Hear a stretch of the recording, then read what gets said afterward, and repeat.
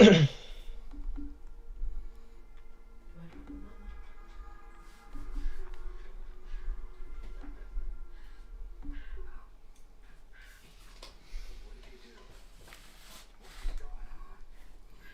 still hear me, Paul?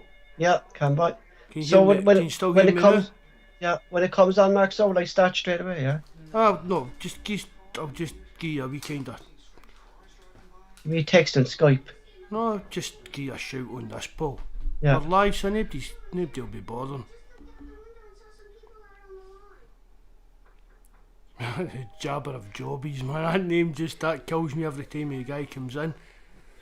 Jeez, boy, they're moaning there by Discord, boy, aren't they? Jesus, what do they expect, Mark? Do you know what I mean? I think that's us there, Paul. I think we're live now. I don't see it.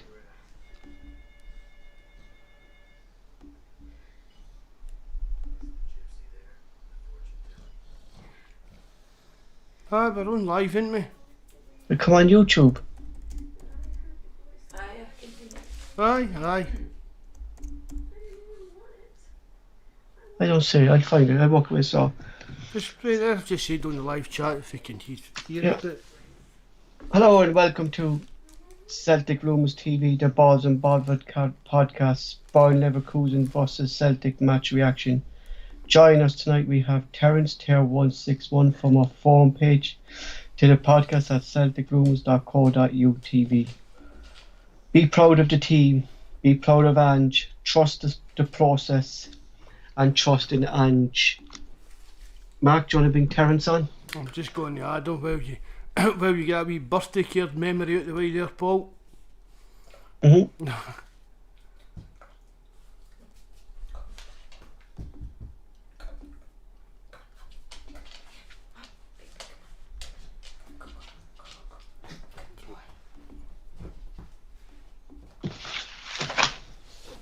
Just going to go, Paul.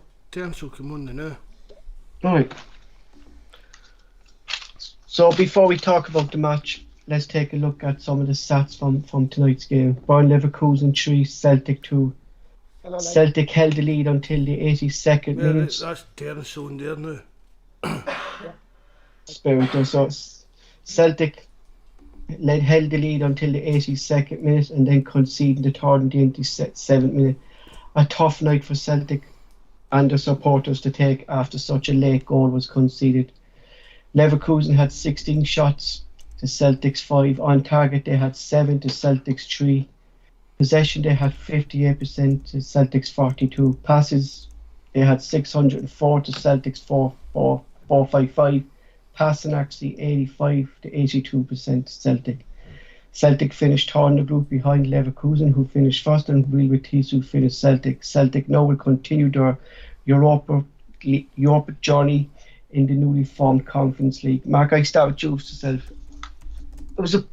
You couldn't really be too negative, Mark, because we actually saw tonight how Bayern Leverkusen are a step above us, couldn't you?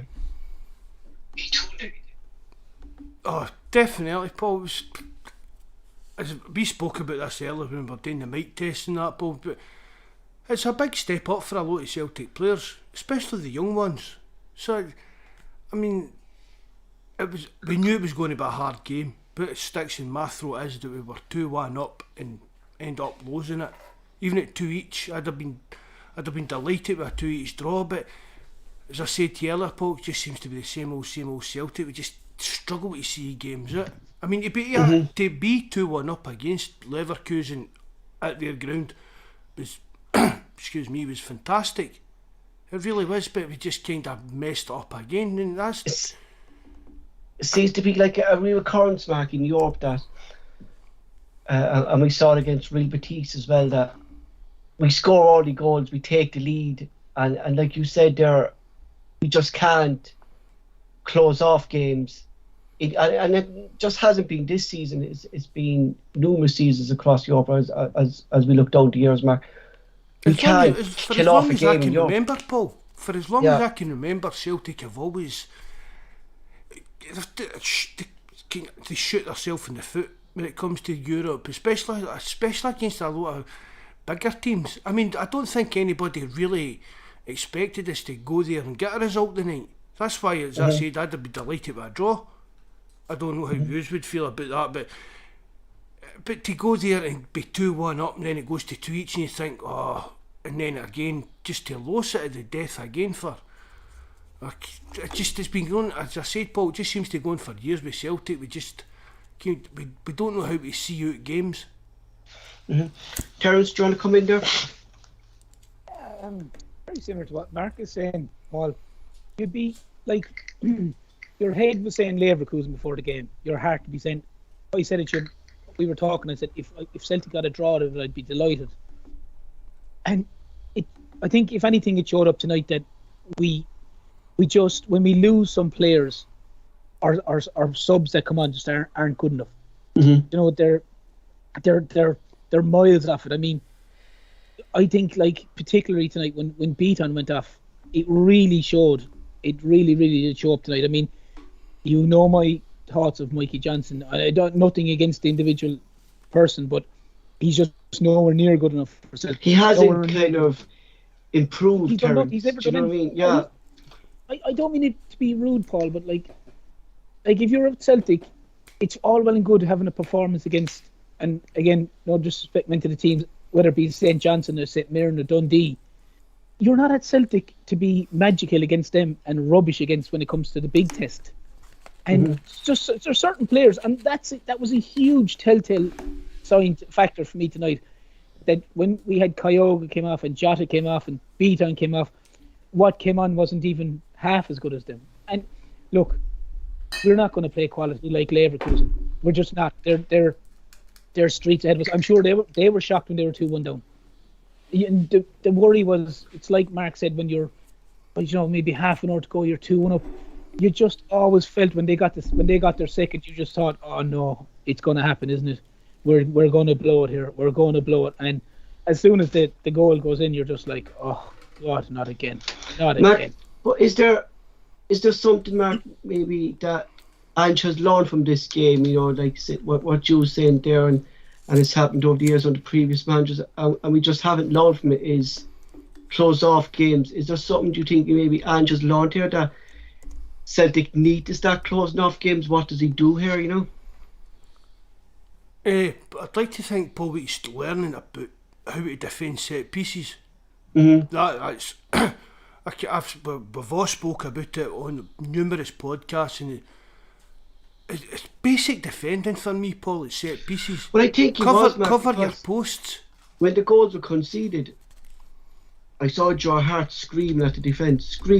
So obviously, Joe Hart has been working with the defence on this, and it's like whatever they're doing in training, Mark, isn't being reflected in the match. You get me? It's not being brought into the match. Like, it's like they don't know what they're doing at set pieces. Like, and it's not just a different thing every day. It's the same thing every time, Mark. Loose runnings. As me and Terence said just earlier on, Paul, that it was reminiscent of the goal at Ibrox. It was a late runner into the box, nobody following that run that caused the goal. There's nobody on the post or nothing. Basic defending, Mark. Like, if you see a fella, and you even see it when you're watching the game at home, there's nobody marking. Nobody marking that run. If you see a fella's outside the box, you know for a fact that they're not going to stay outside the box. You know they're going to run in. Do you know what I mean? And what Terence said there, like, Celtic isn't a big team, Mark. You know what I mean? And if they come up against 6'2", 6'3" lads like we saw against Rangers, we saw against Leverkusen, like, we haven't the hope in hell of jumping against them, like. You know what I mean? No, and even John Hartson said, and a few people said on the live chat, Paul, if you've got that guy that was running in, he was some size for a get-go, so if he's running and jumping, he's clearly out jumping people that are just like taking a stand and jump at the ball. Welch was sorry, Paul, but Welch, if you look at it, when the guy jumped, Welch's head was probably at the guy's chest. That's how far he was over Welch, like. You know, Welch is standing and the guy is running. You could have had Christopher Julian standing there, and that guy runs at him. He's going to be a head and shoulders over him when it comes to the ball. You a guy running and jumping, and a guy standing and jumping. there's only going to be one winner. And for some reason, Celtic can't seem to see this problem. And it's like Mark said, how they don't stick a guy on, if the corner's coming from whatever side, normally if the corner's coming from the left, the keeper might cover the left post and have a defender in the back post, or vice versa, or whatever way they do it. But they need to change it, and they need to change it quickly, because teams in the SPL will see this, and they'll go, well, if this is the way Celtic are going to defend, we'll have 2 or 3 big guys at the edge of the box, and when the ball's whipped in, they'll run in, and we're going to lose goals constantly by doing it. It's crazy defending. Mm-hmm. Terence, there's a thing for you in the live chat there from Stephen Fox. He says, Terence, while there are a lot of positive tonight, my main points was going to be other than the 4-5-year deal that Mickey Johnson has signed. As simply as like, why is he still at the club? He says, I hope I'm wrong, but he just simply isn't good enough. Oh, listen, as I said, I'm not trying to be derogatory towards the young guy, but he's not Celtic quality. I mean, there's only so many times you can give a guy a chance. I mean, he came on tonight. I can't remember the last time the guy's come on the pitch, and I know he's had a lot of injuries, but he's come on the pitch and he's made an impact. It just like, I mean, he either loses the ball or he falls over. That's all he does. Like, because there was a point there in the game tonight, Terence, that he had 2 people marking him, and Abada was through the middle on his own, and all he had to do was put the ball across to Abada when he received it, instead of fucking trying to take on 2 players when they had him in the corner. Then decision making too was all wrong, Terence, isn't it?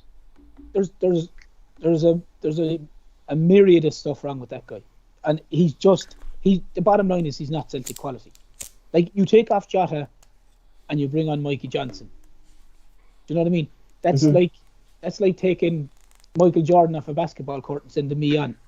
You know what I mean? It's a complete waste of time. Like, Mark, simply, like, a lot of people on the our Discord page and on our phone page are kind of pointing a bit of criticism at Ange because of the substitutions, but realistically, he had no choice of who to bring on. Do you know what I mean? Like, when you looked at the team come the 60, 70 minute mark, the team, they were tiring. Kyogo didn't stop for the whole game. You could see he was tiring.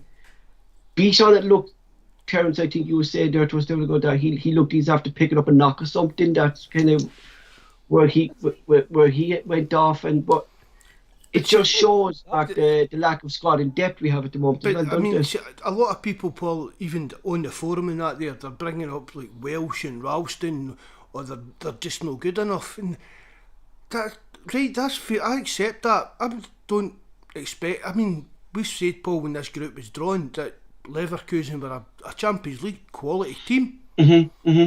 So for Ralston to have a poor game, and to be honest, I don't think Welsh done that bad. I think he made 1 or 2 mistakes, and it seems to have been kind of poundstone. But I mean, these are still young players. It's a lack of experience back at this level for those lads, isn't it? Look how far, like, Ralston's came under Ange in 3-4 months or whatever. So I don't expect Ralston to go out there and be a world beater against the team. You look at it realistically, Mark, about Radisson, is that it's like a new signing, because he's never really featured for Celtic over the years. Fair enough, he's been at Celtic for years. That's what I was actually going to say there, Paul. See if we'd signed Tony Ralston for somebody else in the summer for, I don't know, £500,000 or whatever, we'd be delighted with the performance he's been putting in all season. So nobody's expecting Ralston or Welsh to go out there tonight and run the show. They made mistakes, but it doesn't mean that they're not good enough to play for Celtic against your St Johnsons. Do you get what I mean? We speak about it all the time, that players are good enough to play, be squad players and get their chance and progress. And to me, that's what players like Ralston and Welsh are doing in the squad now. I said it to Terence and Barry on the podcast on Sunday that Starfelt is a big loss, Mark. Like, the criticism that he was getting, and he was really starting to come into his own just before he got injured. Himself and Vickers were having a good partnership together. We weren't conceding goals, Mark, that much either. We weren't conceding goals. We've the best record of conceding goals, but up Mark. to the night, Paul, everybody was happy with Welsh coming in to replace No. Starfelt now. No, I actually pointed out that the defence looked shaky since Starfelt went out. And it has, Mark. It has, in fairness, like it has. Aye, but I'm talking Looked about for just the, like game, a for the bit- games a we've bit played, of- Paul. I'm Yeah, talking about playing it like in Scotland. Everybody And I is think, happy Mark- with the way the team's played and the results we've had. So It's tonight, it's a step up. It's just been a wee bit beyond these, Yeah, as I said, but it's true young what you young said, Mark, players that that we've these got. young players, Mark, stepping up to this level, like it is a tough ask, like, you know what I mean? Definitely, it's got to be. You know? I mean, we've And this is spoke a young about team, Mark. Like there's you- no reserve league in Scotland, Paul. So we that- could push Aberdeen into that bracket, Mark. It's a step up for him. Like he wouldn't have been playing this kind of team over in Israel either, Mark. Like of No, Aberdeen, fucking and Yasser he's- wasn't, you know. but I mean, he's only a young lad. He's up and down with his performances. Again, he's only a young lad, so he needs time to learn and progress as a player. I said on the live chat earlier, Paul, get maybe a year or two with Aberdeen under Ranch and learning. He'll be some player for us. Speaking of experience, Terence, like, we have to take our hats off to Joe Hart tonight. That scoreline could have been 6-7-2 or only for Joe Hart tonight. Like, what a performance by Joe Hart. That double save he made there was just unbelievable, wasn't it? It was one of those saves you're just thinking, how? First of all, you're thinking, how did your man miss? But it's just he was fantastic tonight. And even if you look at the second goal, he basically sets it up with an unbelievable kick out, and then But obviously you pointed that out, Terence, on Sunday. You pointed that out that how fast Ange's system is and how Joe Hart is key to that, because when the ball's gone out wide or thing like that, Hart is running for the ball off the ball boys. They keep the rhythm going, isn't he? Yeah, but he, as soon as he caught that ball, he kind of drilled this kind of pass, nearly like you'd see in a Gaelic football pitch. And brilliant touch from Forrest, and then it was bang bang and we were in behind him, and then a fantastic ball from Kyogo across and a brilliant finish by Jota. But it's just Joe Hart. Look, Joe Hart has been a fantastic signing. There wasn't much you could do about some of them tonight, but overall some of the saves he had, like he kept him in the game for a long part of that game tonight. As I said, there's not a lot they can do about it near the end. You know, the bit of quality they have kind of just came to the fore. And the problem is as well, it's nearly roles reversed for Celtic tonight. And for Paul going through the notes there, I heard a bit of paper rustling there. That's him on chapter 2. In the space of 15 minutes, Paul was out getting notes. He ran his wife to work, and she was writing while he was driving. He was dictating it to her. But just listen. I don't think as well though, Paul. Like for the young guys that you were talking about there as well, they're normally always on the front foot playing with Celtic. We're always, they're always like 80% possession, always on the front foot, rarely on the back foot. This is roles reversed tonight. This was completely roles reversed tonight. Yeah, because Ange made a comment on that tonight, right? In his aftermatch thing, he said, we hung in there till the 87th minute. The team just failed to control the ball. We couldn't control their counter-attack, Mark. So, like, we're grand. Like, and we pointed out this, Mark, a few times. We pointed out against Real Betis away, and we pointed out in the first game, I think, we struggle against teams, Mark, who press us.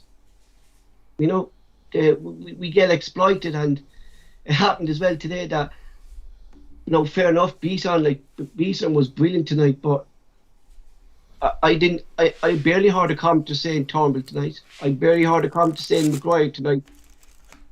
On midfield, the midfield's imbalanced, Paul. I've said that from the very start. See, when Andrew's playing Turnbull and Rogic and McGregor, I say that we were getting out-muscled. We were just. I never. We weren't a kind of cohesive unit, Paul, when it was A3. Just the mix of the type of players didn't kind of suit for me. And Turnbull's just. I think Turnbull's struggling to fit into adapt into what Ange's system. But as I've mentioned to you, Paul, I've spoken about this months ago as well, and I spoke about it when we were doing that mic test. I looked up earlier. For his age, I mean, what did I say? He was 22, 23. He's only played, 109 games in his professional career. I mean, I know he lost a lot of time with injury and that. And you look at Turnbull, and he has got the makings of a good player. I think over time that he will improve under Ange, but I just think for the now, if Turnbull, Rogic is meant to be back for the weekend, I think it will just be a straight swap, and it'll be Beaton if he's fit. I don't know what's going on with that now, but it'll be Beaton, McGregor and Rogic for the midfield three. I think, for the sake of Turnbull as well, Mark, I think he needs to come out of the team, just take him out, give him a break or something like that, because at the moment, in our attacking line, I think he's the weakest link in there at the moment. You know, fair enough, he pops up with a goal here and there, Mark, but it's not really good enough, Mark. His consistency is his problem. For the 2 years, how well do you think Christie would have actually been under Ange? See that type of box-to-box kind of job? I think, Mark, that Christie would be a right type. If Christie played behind, we say where Turnbull's playing out in that position, I don't think, Mark, we'd have the same problems in the midfield as we do now. That's because Christie would have tracking back or putting in. Christie would put in a tackle for Terence as well, like, wouldn't he? He would, yeah, but he has the engine, Paul. Turnbull just doesn't seem to have the engine that can do what that role does. Like as Mark said, you're Christie, or you look at yesteryear Stan Petrov, up and down it. Turnbull just as much as I know he tries, and he's a good ball player. He just doesn't look to me like he's got the engine to be able to get up and down as to what Ange wants him to do. And it's like Mark said, if it was Christie, in fairness, the few games Christie played before he went away, he was cracking for him, and he ran himself into the ground, and he looked really good. Bawz is saying there on the live chat, Mark, before Christie left, he had 3 assists in a month. You know, so clearly, like, Christie would have been an Ange type player, I would think, Mark, the way he plays. Like, but look, Christie's mind was already set up, Mark. He wasn't. He went that away, but there to stay, like, you know. But I mean, we keep going about like Lewis Ferguson. I mean, Lewis Ferguson came into Celtic, the Celtic team they now would thrive. I think that's really, Mark, is the biggest problem. We need kind of a box-to-box midfielder, don't we? That can, like a young Scott Brown, isn't this? You know, that was there and did, you know, that can do that job. I mean, it's all down to these kind of positions you kind of clump players into in that, Paul. But we've got, say, Beaton and McCarthy to play the defensive midfielder role. But they need confidence as well, McGregor, it seems to be, that's trying to play a kind of box-to-box role. Yeah, and I don't think he's not that type of player. No, definitely no. But again, you'd rather have McGregor playing like the attacking midfield role, but that the way it's looking, Ange fancies either Turnbull or Rogic to do that job. So it's kind of hard to think what actually would be our best midfield three. I would still like to see us playing with like a main striker and Kyogo dropping back into like a midfield position. I've said that if we kind of signed him. The young lad Makida. Sorry, Terence, go on. No, sorry, just going to say, Paul, sorry to interrupt you. If they were all fit, I'd love to have seen them try, assuming before the window comes, Beaton, McCarthy and McGregor further forward, because I know McGregor used to play a lot further forward when he was certainly under the Rodgers era, and he was very good. He used to score a lot of goals. Now, obviously, that's dependent on McCarthy being fit and up to speed and the whole lot, but I'd like to have seen Beaton, McCarthy and McGregor a little bit further forward. And you know, I think McGregor offers an awful lot more in the final third of the pitch, and takes away from him when he has to sit that little bit deeper. But yeah, hopefully, maybe in the transfer window, as you're going to talk about there, Paul, it might be something different, you know. But Mark, considering the way we were and going through the quarterfinals, we get knocked out by Midtjylland and stuff like that, struggling against Hearts in our first game, and to where we are now, like from the first time we met Bayer Leverkusen, Mark, like we were probably played off the park, I say, by Bayer Leverkusen. Have you seen improvements in us in Europe, Mark, since then, and in the league since the Bayer Leverkusen game? Oh, there's definite improvements. Really, there's got. I mean, even got Paul, even down to the way the actual fans are reacting to defeats and stuff like that. Right, there's a bit of a knee-jerk reaction, but we can all see the improvements in the team. I mean, we really can. But the difference between, like as you're saying, Paul, for the Midtjylland game, that's night and day. Mm-hmm. That Celtic team tonight and putting in the performance that they did would have beat Midtjylland hands down, I reckon. You do? Can you hear me? Yeah. Yeah. I said that.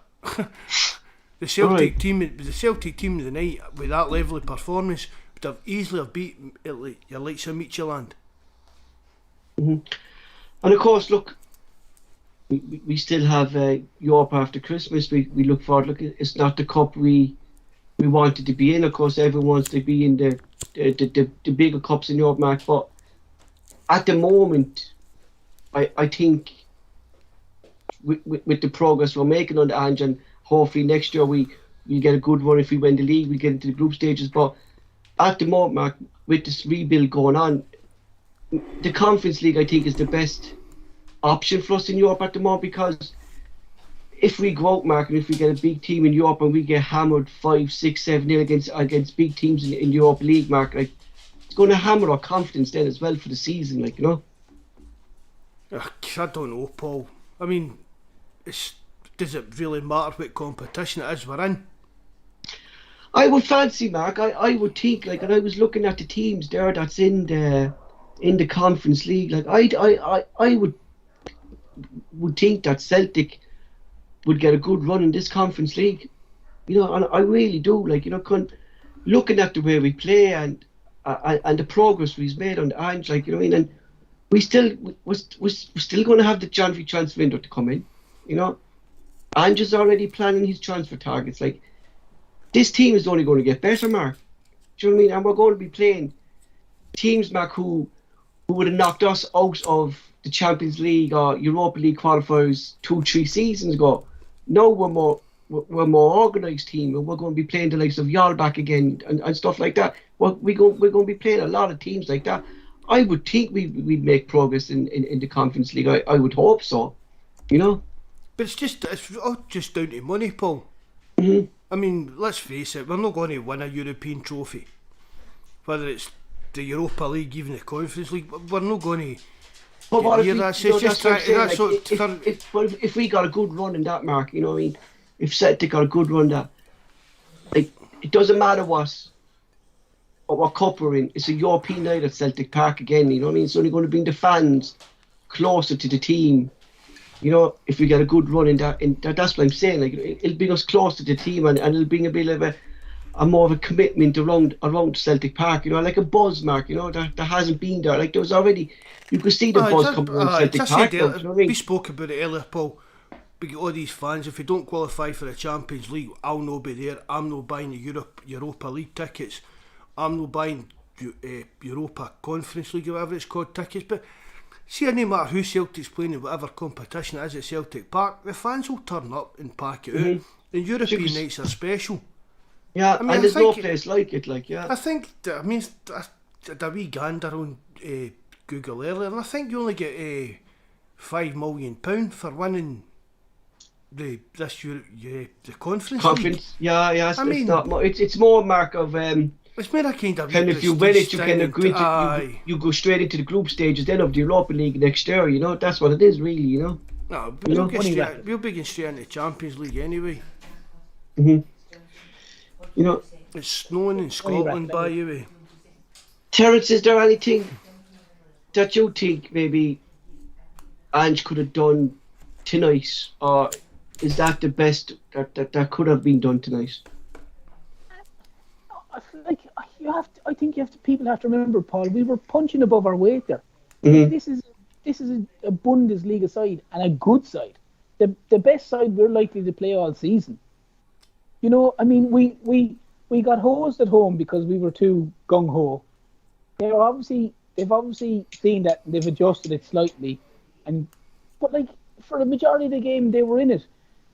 I keep going back to the point that I said at the start. We don't play this quality week in, week out, and our strength in depth. And Ange has said this numerous occasions. He doesn't have enough bodies, and if it ever proved it, it proved it tonight. When you take off the first guys who are starters, the guys who are coming on for them, there's too much of a gulf between your Jotas and your Kyogos and your Ayetis and your Mikey Johnsons. And that's a huge thing, you know what I mean? And that's something that they have to try and sort out, and hopefully, obviously, Ange will in January, you know. You're bringing on as well there, Terence. You're bringing on Ayeti, who now I would think is the third striker, even if he is the third striker in the squad, because I don't see what Ayeti offers to Celtic, you know what I mean? And that's going back to your point in like saying that like the squad in depth isn't good enough. There's a big concern for me over Giacomo Marcus at the moment because he's injured at the moment again. You know, so Paul, what do you want the squad to be good enough for at this point in time? My main concern, Mark, is the league.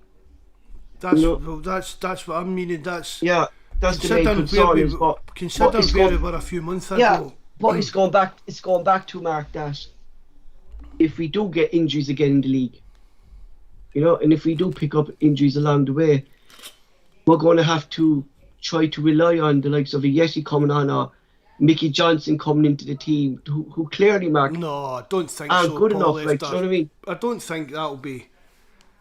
Maybe short term, Paul, but I don't see that happening long term. I don't see a Yeti being here after January for a start. Yeah, I think he's going to be gone. Yeah. And I think if. But it just shows, Mark, that like one injury within the squad, we're relying on these players to come in, and you don't want that throughout to see because.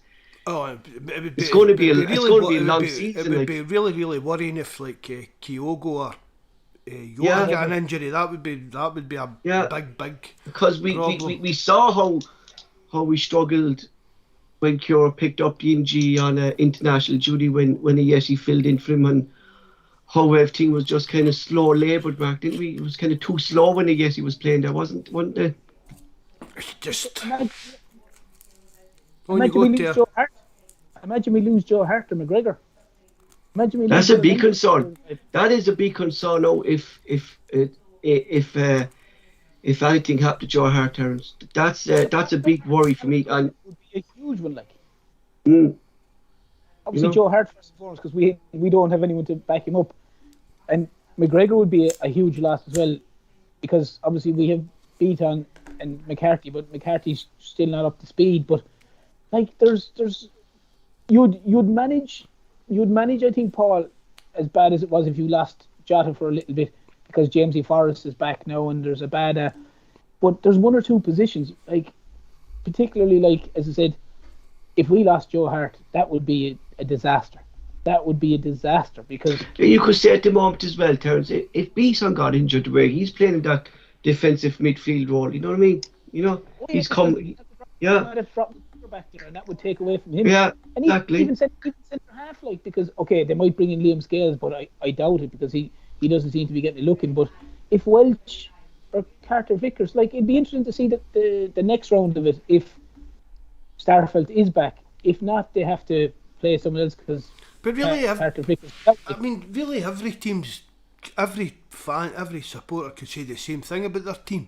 Oh, what if you get injured? What if you get injured? Oh yeah, without doubt, yeah. And we can never have a team fully superstars. Do you get what I mean? We're no a Real Madrid or a PSG kind of level. So we've got to have a team with these young guys in it, making up the squad. Because we've spoke about that for years as well, about one of the problems with young guys getting into the team, their pathways into the first team. And this is where, like, your Ralstons, your Welshies, and I don't, Mikey Johnson, I just don't rate it. They've still got to at play that moment, these Mark. games I'd nearly start bringing in the young lad Morphus into the squad than Mickey Johnson. Do you know, that's the even I think he'd even be better than Mickey Johnson because like he's had so many chances, Mark, and I don't know. It's just he's been unlucky with injuries as well. Yeah. I mean, I don't know whether Ange just sees something in him in training that that's Ange might think Mark, he's got it and thought I can make this wee guy a player. Maybe Ange does that, but maybe Mark as well with the sports science department now being upgraded and stuff like that they can work on Mickey Johnson. You know what I mean? Like, I don't think because of his physique that he can build up anyway, because he doesn't look kind of that kind of a body. But they said that about Messi. You know, Messi did bulk up, didn't he? We all know how that was, didn't we? Mm-hmm. You know, we won't go there. But the main area for me is if he got an injury, is like, imagine if Barkas was in goal tonight or Bain was in goal tonight. But it's a gamble, Paul, because you're not going to get a player that's willing to come and sit on the bench the same quality as Joe Hart. No, do you get what I mean? It's a gamble when you come to see like your squad players. It is a gamble. Mm-hmm. Would either the two of you think would Dundee United keeper I wouldn't go sign another keeper though, Terence, because the simple fact for that is, right, we have the young lad Toby. Now he was on the bench now tonight, right? And I've watched a few things on YouTube with him, and I watched the kind of highlights of the Courts League, right? And I've been watching this guy, right? This lad now has been playing every time for the Courts League himself, and Dugan was playing in there as well, a couple of games and stuff like that. But oh, Welshie boy, how are we doing? Well, she's joined us, lads, from Germany. Is it Germany? Yeah. I said to Paul, I was going to call you, bud. What? Am I on the podcast? Aye, you're live. You're live, bud. Live from Germany, lads. Live from Germany. Well, say hail. So what did you think of that, Welshie? I thought we played well. Hold on a minute. Just get, we got you a pub. 2 minutes. Just a taxi. My honest opinion. Mm-hmm. I had an argument with two guys in the toilets before because they were all banging about Celtic losing because we're always ahead. I thought we played well.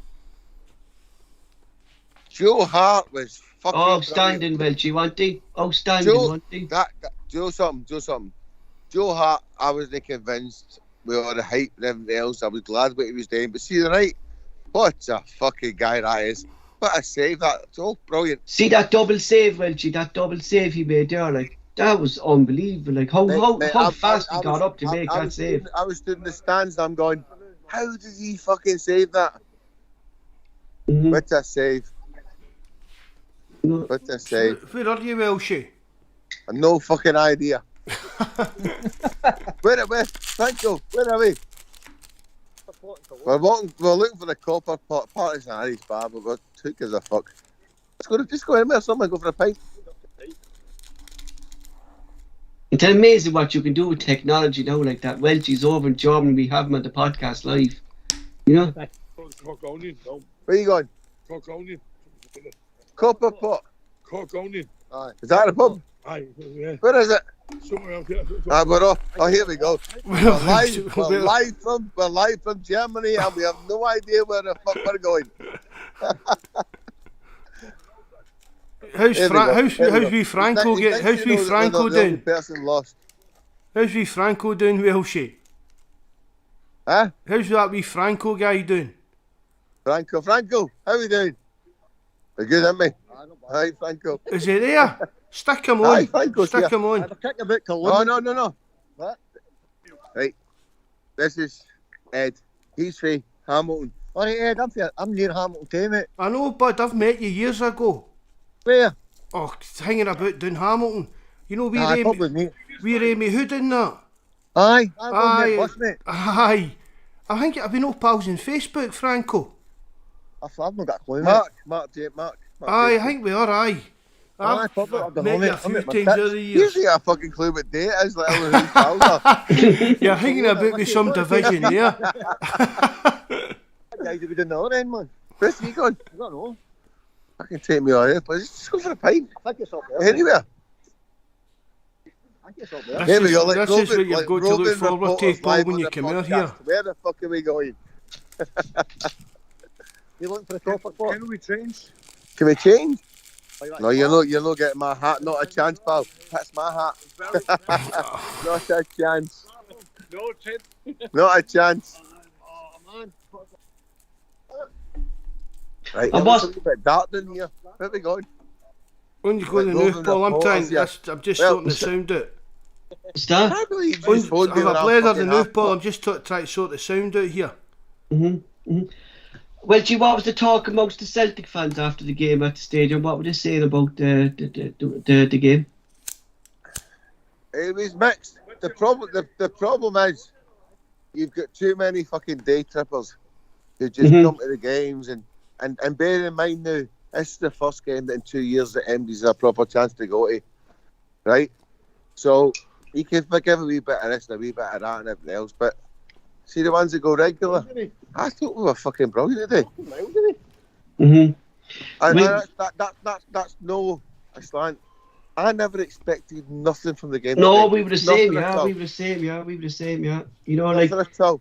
All I expect, and I'm the same every time we go away in Europe. I don't care if we win, lose or draw. Don't embarrass us. Give it That's all it. to see what happens. you know, I thought we were brilliant.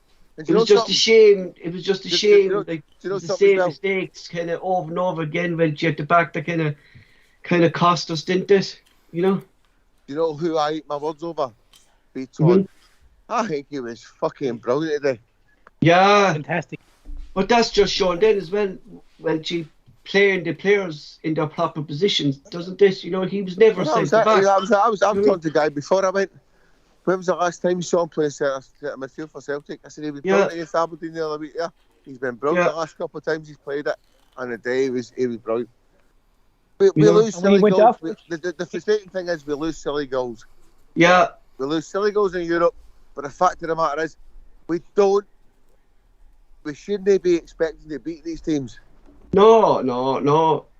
It was just hard, like, kind of at the end that it was so late in the game that they got the late goal. Well, you know, I think that was the thing that hurt us the most. That we played so well that we didn't deserve to lose that game. But you know? we should be proud of how we played.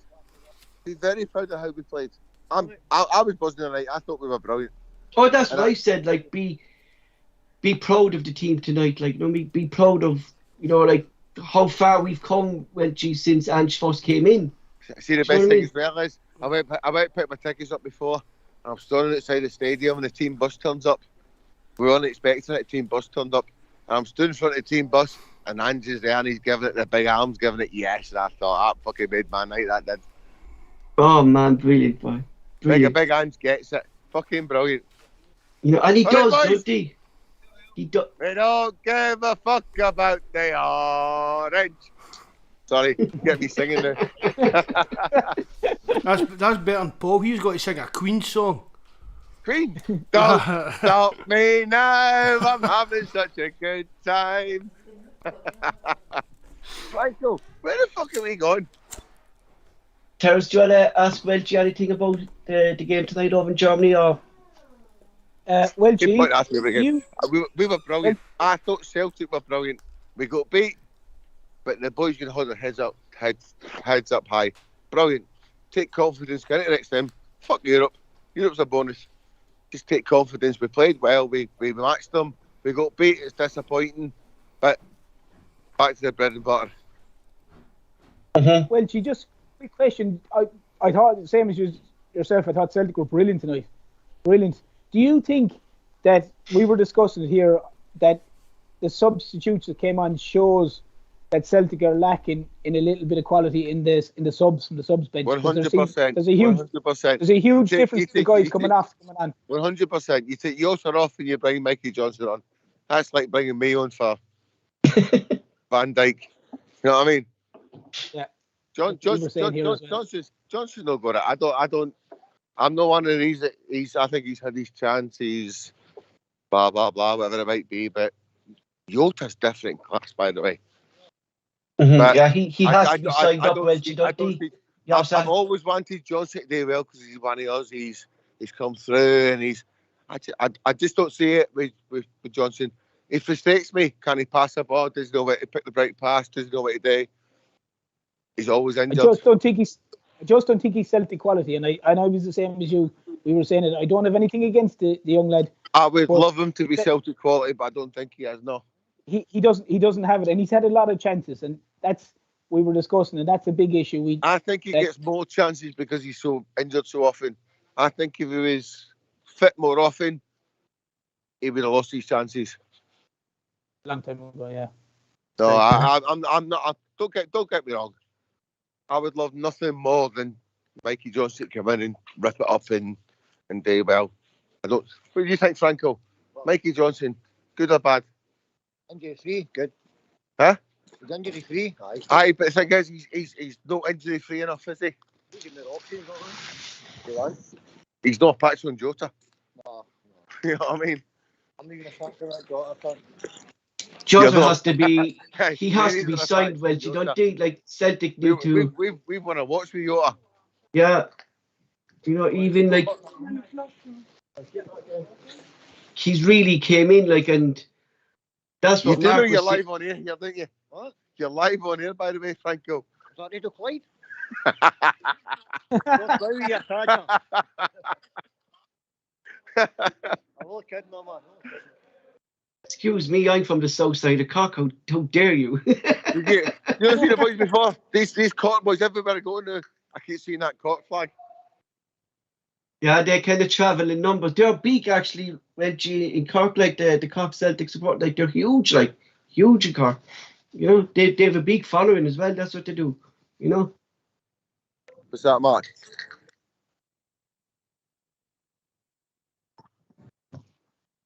That's Mark. I love Celtic supporters knocking at the door tomorrow. Hey, Mark, I think Franco's just clicked on who you are. Really honoured, boy. Roll of honour. There you go. Banter, call me or not. I say the slim, Mark. That's it, mate. Everybody. Who's the boy who runs the banter bus? What's his name again? Dodgy, that's it. He's fucking. I went to the Hunts game, went to Ibrox on the banter bus. He's like to me, I know you. I'm going, don't know you. He's like, I remember you. I'm going, don't remember you. How you done? Well, Chief, live from Germany, give us the last Christmas for Ange, all the Celtic supporters. Last Christmas, I gave you my heart, but the very next day, he gave it away. This year, to save me from tears, I'll give it to Postecoglou. Nearly say Brendan Rodgers, isn't it? No, you tell them, don't you? Off Brick, can you get there? About the boys off this pub, it's up to the left, mate. I fucking hope so. We just paid 20 quid in a taxi and we walked 2 miles. What's going on here? Irish pub. Taxi chew you out, did he? I've got no idea where we are, by the way. What's the fucking banter taxis, man? I'm telling you. They're in Munich. Up to the left, Christmas tree. There's bikes. Should we take a bike? Jesus Christ. Bike. Oh, look. Electric scooters. Look at these. Look at these buds. Hell day. What's that? There you go. That's a Bob Bourgogne. There we go. Right, I'm going to get in here. I'm going to start singing the rhymes and see what happens. Let's hear you. How you doing, big man?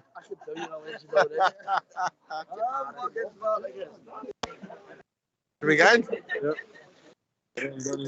Alright, here we go. Wait. Come back. You might have frisked me. Oh, you're done for me. Oh, it's ginger. That's only fucking cool. Right, we're getting that, right? What's this? It's here. Give me your advice too. About money? You're not getting money. I don't money. Welchie. No chance. I'm going to give my wife money. You've got no chance. Welchie getting abused over in Germany live in the podcast. Right, hold on. Live, mate. Live. You're live on the radio, by the way. What? There you go. Recovery pass. Start me up. Right, we're getting there. We're going to start singing the ribs. Watch this. No, you don't sing in there. No, we have to sing. Watch it. Make it down from the last Irish traitors. It's the flag we republic it's clean. It's just me myself, by the way. It will never belong to free staters. By it brats and it's nothing but shame. I can't even fucking hear you now. By the way. Yeah? You're my fucking boy. You're live on the radio, by the way.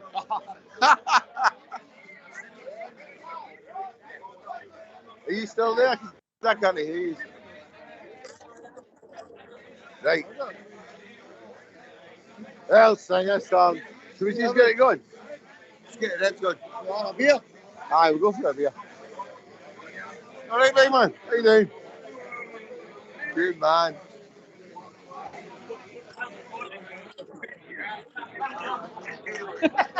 You're live on the internet. Say hello. Say hello to the Provo. There we go. Say hello to the boy. You think I'm joking, don't you? But you're actually live on the radio.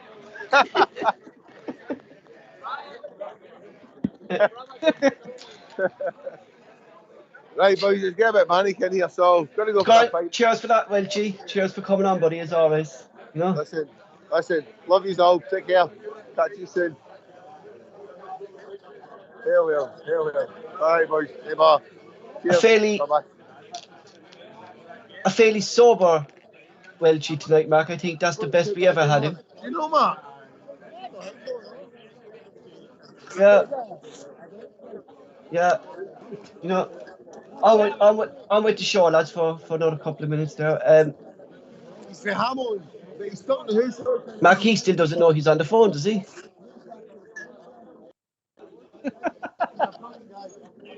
He's asking everyone to come on the podcast, is he?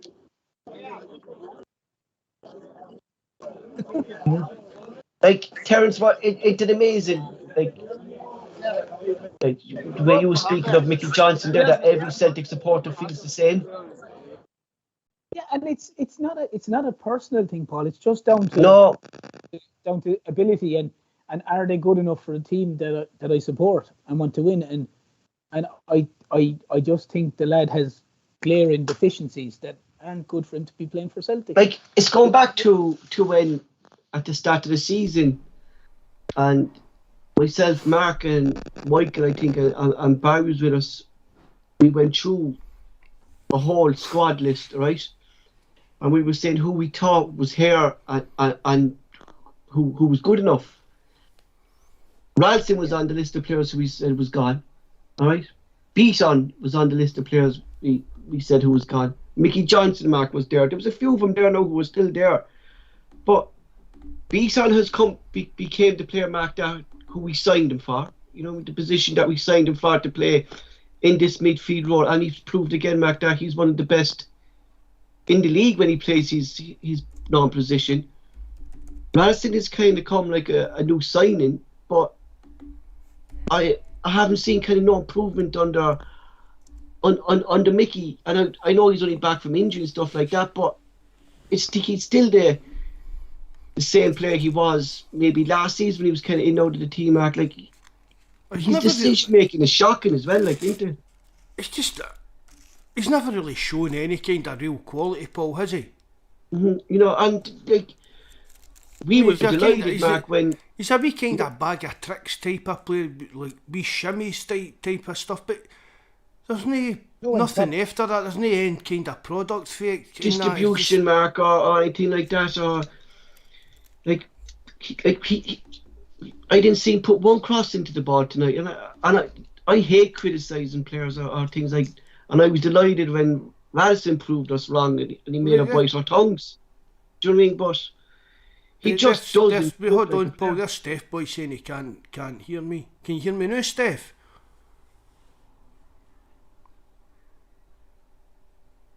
Don't know why. I've not done anything there to change any settings or that.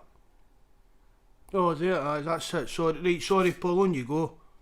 You know, and like I was delighted, like when when Radisson made us bite our tongues. Do you know what I mean? And I'd like to see maybe Mickey Johnson do that, but at the moment I'm just not seeing it. You know, and it's going back to what Terence is saying, like that the lack in the squad. Like if we're taking off one of our best players, Mark, that we don't have an ideal replacement to take him off and rest him. Do you know what I mean? And I wouldn't like Yota to be rested if Mickey Johnson is coming on to play him. Do you get me? Oh, definitely. It's like we're talking about like Abada earlier on. You know what I mean? Abada probably shouldn't be playing every game for Celtic. Yeah. But we've got James Forrest there. But on the left, aye. It's a case of Yota's not playing. Like Mikey we only Johnson's- have one nah. player there, Mark. Really, like we only have one good player on the left, because when Forrest plays over there, he's played out of position, so Forrest is going to be constantly because we know Forrest only has one leg. Do you know what I mean? You know, so he's constantly going to cut in. Abada can play it, but we haven't seen Abada play there, Mark. But you know, so we don't know how good Abada would be in that position. Do you get me? You know, because his preferred positions on the right. So it's really, if you look at the squad, like it's the whole It's a bit of an left-hand imbalance. side, Mark, It's a that kind looks of unbalanced. imbalance in Like the this. squad. Yeah, aye. it's the whole left-hand side, and you And know, considering as well, Paul, the other week you spoke about how kind of reliant we seem to be in going down that left-hand side. yes, you know, like all of a sudden, like that. I was saying, like the last couple of games, our shift has been moved to the right-hand side, and that's due to like there's no fault to Jovanovic or anything like that, Mark, but he's not a no left-sided position. Do you get me? You know, it's not his preferred position. His preferred position is the right. Now, big question is, in Europe, we saw how Madison kind of wasn't up to it, and that's due to, look, he's come on a lot, his thing, but it's a kind of a step above him, Mark, is what I'm going to say. I'm not going to criticise because of the player he became this season. It showed like a different class, Mark, to where Radisson is at the moment in his career. Now, if we do sign a quality left back, all right, Jovanovic is do you think Jovanovic will be the number one right-sided player? Oh, to be honest, Paul, I don't know. Yeah. You know, like a lot of people are saying it like that. Steph Boy's saying it, a new left back, and play Jovanovic is now. Would that bring him more balance? Like, because you can't fault Radzi what he's doing. Like, he's putting in. If you look at our distributions this year into the box, a lot of those crosses have come from Radisson. You know? But I mean, But as well, though, Paul. on you go, there. Sorry. But as well, though, Paul, these questions only raise their head when Celtic lose. Mm-hmm. You know, I mean, Ralston has been one of the top performers all season, and Juranovic has been playing fantastic at left full, even though his right side is there. Yeah. But I actually But the questioned question this. only ever raises its head. No. I questioned it. No, I questioned it when we won a game, and I said it to Mark that, Mark, you remember that there's an issue on the left-hand side that we don't, because Jovanovic has been played out position, that he's not overlapping Jota, and Jota's not getting the space that But he I needs. don't, Paul, I'm with Terence. I don't know. I wouldn't say that Juranovic is getting played out of position. But it's not his natural position. Do you know what I mean? That's his natural position is right back. He plays right back for Croatia. But he's proved to us that he can play left back. Just because he plays right. Where does Kieran Tierney play for Arsenal? Where does he play for Scotland? I can't even remember the last time I saw Kieran Tierney play back, to be honest. I think Kieran Tierney will play like a kind of centre back role for Scotland. Does, yeah. In a left back position for Arsenal. Mm-hmm. So I know what you're saying, Paul, about players playing out of their natural position, but I've said that before on podcasts and that. If you can play a full back your right hand side, you should be able to do it on the left hand side. But would you think it'd make our defence more solid if we had a natural left-sider in the back? Like we have four left backs, and not one of them is practically good enough, I say, to play there, which is a shame, like, because, like, But if they're not good enough, Mark, they'll but take... Juranovic is shown to No, be that's good what I'm enough to saying. play Like, there. under him, like, we have Taylor, ball and goalie, Montgomery and Skate. They're the four I'm on about. They're the four natural left backs. So realistic back be five who can play that position. And that for me, like, is a waste of a wage, Mark, that we can go sign someone else. Do you get me? Or use that wage for a different position. Do you get me? You know? But before tonight, Paul, taking tonight's game out of it, would you say you'd drop Ralston to put... No, and I've always said that. See, that's what I was just going to say as well. So if you sign a left back, it's Juranovic they're going to replace Paul. See, that's the question, like, you know what I mean? Because clearly everyone sees that the left-hand side is the issue. So if Celtic do go out and sign, we could say, Mark, a sixth left back, you know, what's going to happen then? Is Ralston going to drop out and left back play? Do you know what I mean? I don't think that left back position is a problem, Paul, with Juranovic in there. I really don't. I think he's proved he's good enough to play as a left back. You know, and you're not going to see someone as cool as that penalty tonight. No, that was that took some... The pressure that was on him. But, I mean, imagine that just been if that had been just 2 inches higher, it was bouncing back out to him, Paul, when it hit that post. But fair play to him for doing that. But I'm quite happy for us to even just going with Ralston and Juranovic as our two fullbacks. Mm-hmm. But if he's going to play the inverted fullback system anyway, and they're going to be more towards the middle than technically overlapping. Yeah, but that's that was the point Terence I was making. Yeah, Juranovic rarely overlaps Jota. I get your point. Yeah, you know, that's that. But Paul, I don't think that's not going to be. That's maybe down to Juranovic's way of playing, or the way Ange is telling him to play. Or did you think that maybe well, if you look at the opposite side, then you look at Ralston. You see Ralston overlapping. Do you get me? But that's what I'm saying. Maybe that's what Ange is telling him to do. Maybe if Ange moved Juranovic to right back, he would tell him not to be overlapping Forrest or Abada. I don't know, Mark. I think it's a strange one. Like when you have Ralston is one of our best distributions, when he overlaps, and a lot of our if you look at the whole lot of this season, a lot of our crosses have come from the right hand side, and they've come from Ralston. Do you get me? Aye, and it's not coming from really. The only time it comes from the left is when Jota really like Ivanovic really gets down to support Jota, is what I'm saying, you know. And if Ange's telling him, is he not going back on do you think that would change, Paul, if he moved to right back? I would think he'd play the Ralston role, yeah. Why? Yeah. Because what would be the difference between... But that's what I'm saying. No, my point is, Mark, is that I don't think Ange's telling him not to push up. I think Ivanovic is uncomfortable pushing up, crossing on his left leg. That's my point.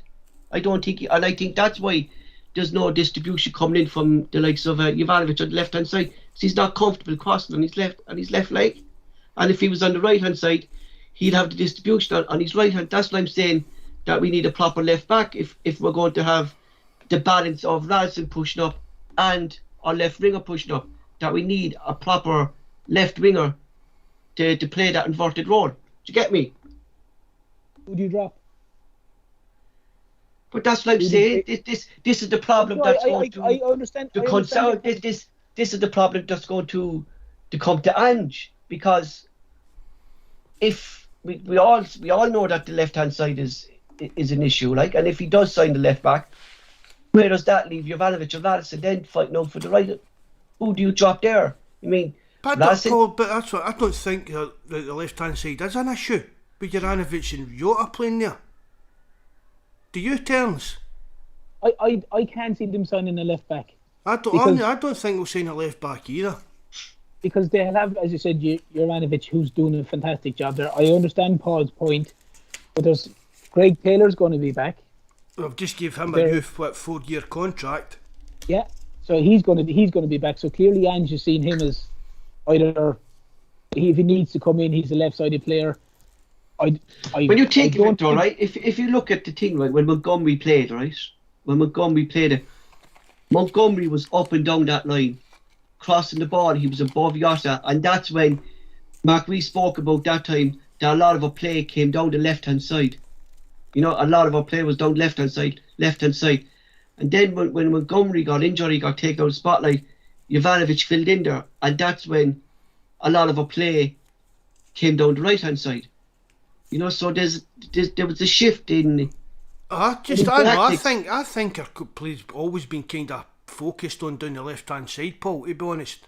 Yotta's been in the team, we've always been looking for Yotta. Not when you look at if you look at the stats, Mark, the most crosses are down on the right hand side. And who done them? It wasn't a badder. It was Ralston. Ralston has one of the best distribution at Celtic at the moment in crosses.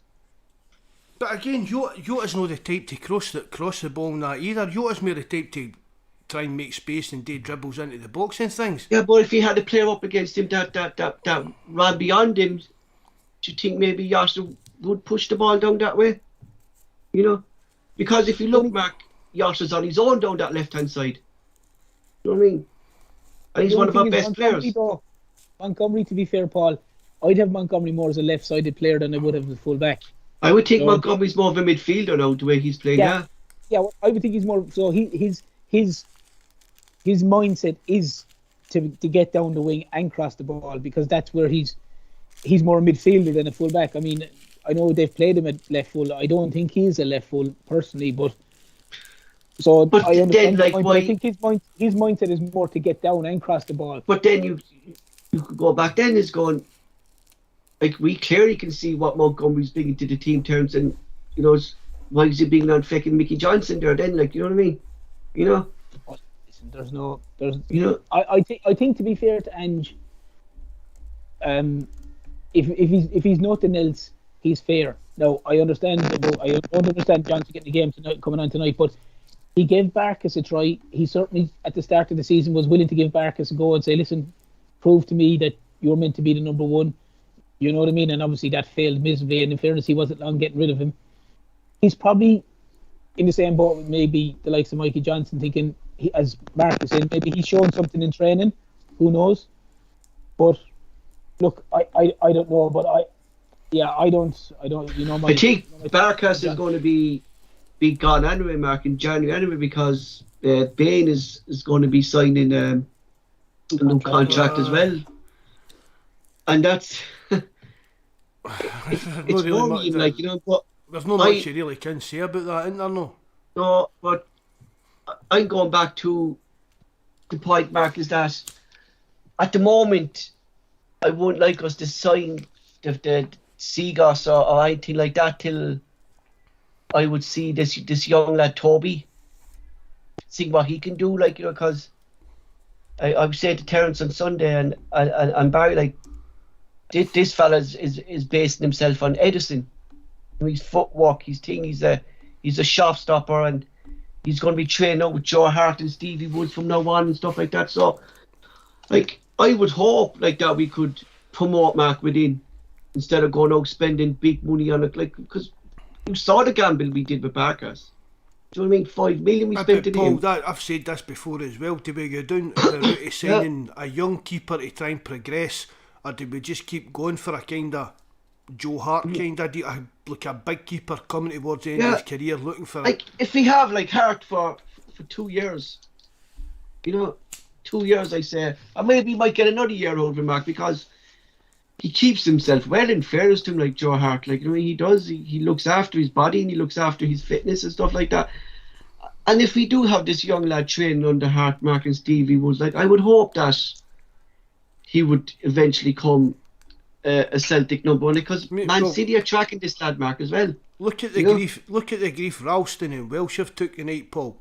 Can you imagine us playing a young keeper and getting him? Do you get what I mean? Imagine the grief a young keeper would have took making mistakes in a game. But Mark, that's going back to the point that you were making about young lads in these big games and making mistakes and making things, and then the grief they're getting afterwards, and then people not realising, like, that these are young lads who are still learning.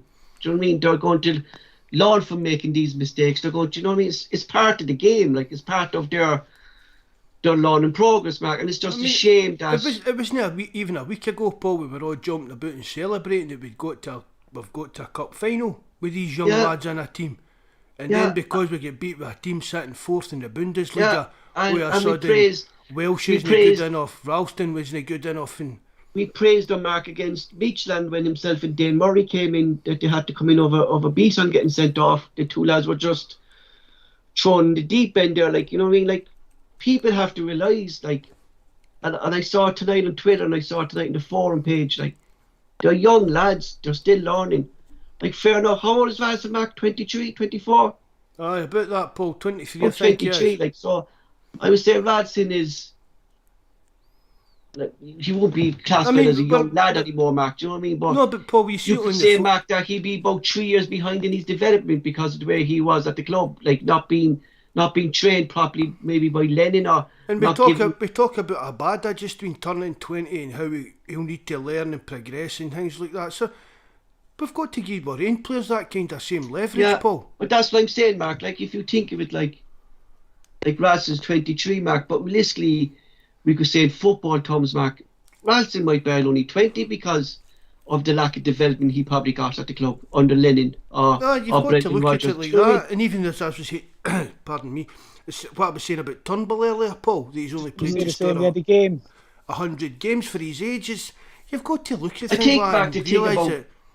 See these players, Paul, they expect them to be superstars, Paul, and see if they were superstars, they wouldn't be at Celtic. Do you get what I mean? You know, like, Mark, the thing that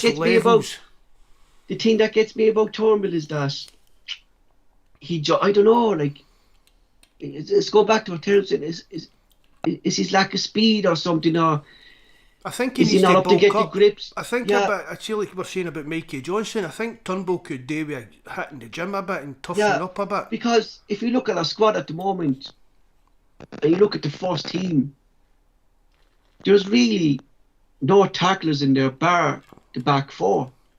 Do you know what I mean? There's no one there that's going to stick in the leg, Mark. You know what I mean? If they get injured, I think there's not like that. There's no bit of bite within the squad up front. Get me? Dynamite.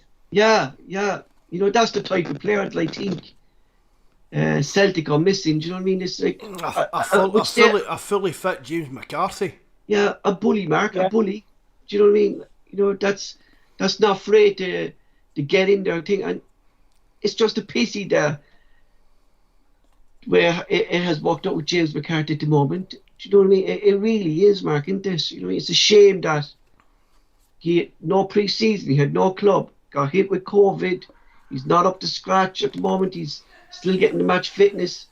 It really is a shame that we actually can't get James McCarthy into the first team fully fit at the moment. Definitely, Paul, because I'm a bit of a McCarthy fan, as you all know as well, but a fully fit James McCarthy would, I said him when we signed him, Paul, he would run amok in Scotland. He would be like quote unquote the next Scott Brown. A fully fit James McCarthy would be that type of player for us. He would stroll games in Scotland. The 20 minutes he came on last week in the game against St Johnstone in particular, he looked real good. In the closing out the game, I thought he looked very, very impressive, I have to say.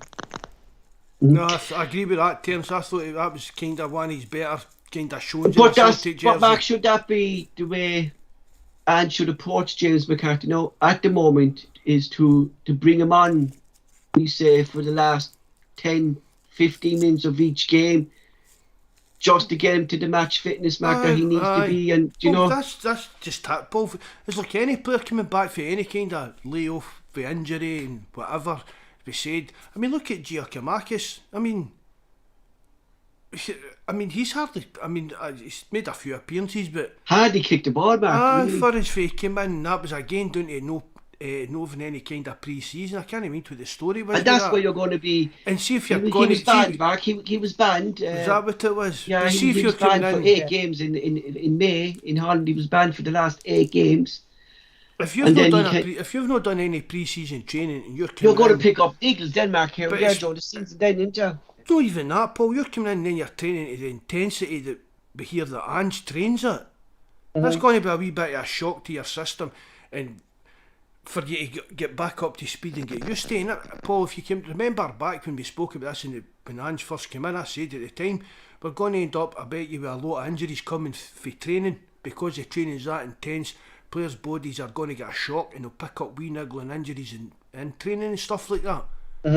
And I think that's, Mark, what it kind of mostly is pick, like, it's not serious injuries they're picking up, it's just these small niggles that if when they get fit they're picking up and all. Another small little injury then there, you know, along the way then, you know. Well, look, the guys in that listening, they'll know if you go to, if you're one of the guys that are into going to the gym and things like that, if you don't go to the gym for 6 weeks and then you get back and try and smash it, you're going to hurt yourself. Do you get what I mean? If you go in there and push yourself the way we think Ange trains, so you imagine like the likes of McCarthy, Jacko coming in, and then all of a sudden they're getting boomf by this kind of intense training. We never had a sports science guy or nothing at the time, Paul, remember as well, which would have probably caused problems.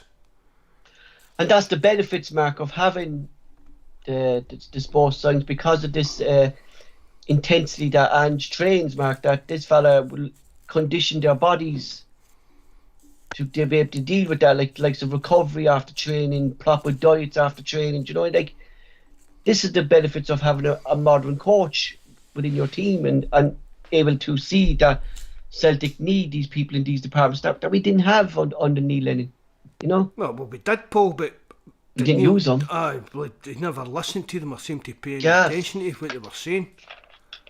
You know. Before we go, lads, of course, we have another big game on Sunday, and it's going to be a tough game, Mark, at home to Aberdeen. And will this game tonight, Mark, have an effect on them? Do you think mindset losing 3, or will this Celtic team, as Welchie said there, Celtic fans are proud of them? I think, will the Celtic players be proud of themselves tonight, of the effort they did and the progress they're making under Ange, and hopefully bring this positivity? I think they will be proud, Paul, and to be honest, I think they should be. But to the same extent, I think they'll feel like a lot of us, and they'll feel a bit disappointed that they didn't come away from the game with anything. Yeah, that was the downer, Mark, is that we didn't deserve to lose that game tonight. You know, I know PSG had their chances and things like, but that's the benefits of having a good goalkeeper. That's what your goalkeeper's there to do, is to stop these shots. You know, and it was just to concede a goal in the 87th minute. It was a downer more than anything. Like, you know what I mean? It was like, you know, it was fucking, aside from language, it kind of got you in the heart, Mark. Did you know, like the 87th minute when you were so close to getting that point that would have brought the Real Batiste game back to Celtic Park? Do you know what I mean? If he'd come away with, I mean, if he finished that game winning 2-1, and you would have fancied us against Real Batiste, Mark, in a full house against Celtic Park. But they've, Paul, to be honest, but they've blew the group wide open.